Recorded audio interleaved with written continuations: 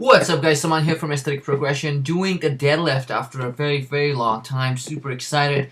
The goal here is not to max out or anything, but just worked out with about, I would say, 80-85% of 1 rep max. So 5 sets of 3 repetitions. Here again, I haven't done the deadlift for like last 3-4 months. Yeah, if not, then more than that. So definitely didn't want to overdo it. So really felt great. The only thing now I'm changing is going to be how I shoot my hips up. So if you notice my previous videos, my hips were actually a lot down to the ground much more, and right now it's a little bit of up. So just trying to focus a little bit more on actual deadlifting than just pulling the weight up. So before, what happened is when the hips is too low, it was kind of like acting as squat as well, but trying to improve that and just trying to do deadlifts really like trying to use the hamstrings, and not much of a quads. So the next exercise is going to be for the explosive side, and I'm doing hang cleans. And if you notice, I try to reset myself every time and not bounce around. And the reason why is it's so much of an explosive move. I don't really want to rush it, okay? So I want to be properly set and then boom, just go from there. So that's what you see. Just drop the bar down every time, reset, check my positioning and everything, make sure I'm safe, and then do it, because a lot of people just put it and then hang it on the ground and do it. And it's just that you are one, right now it's not that much of a heavy weight, but when it does, one, the weight is already pulling is down, plus the gravity is accelerates that downward movement.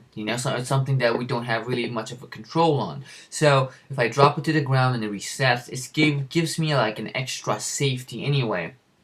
Plus, when I do that, I do like a full deadlift, and then then I try to clean the weights. So just something like 1.5 type repetitions, method. So no rush. So just doing 5 sets of 3 on this one as well. This one specifically for power again, not so much of increasing the weight on this one.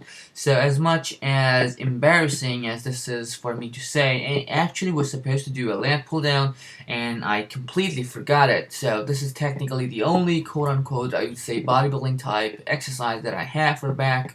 And bent over barbell row, really love it. I like to switch between this and the cable rows, which kind of like actually works the same angle. This is much more of a free weight type compared to that. This also gets more difficult after you have done the deadlift and stuff, because your core and your core, which is your abs, and your lower back, both of them are fatigued. So they're 4 sets of 12 with the same weight, again focused on increasing the volume.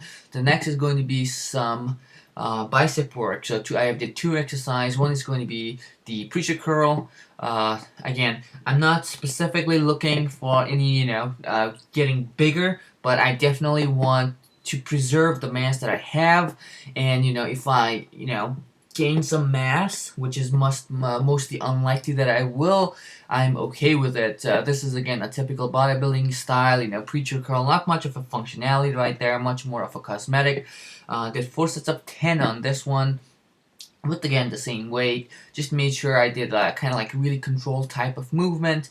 And the final bicep exercise is going to be some traditional, the bread and butter bicep exercise, which is going to be the dumbbell curls.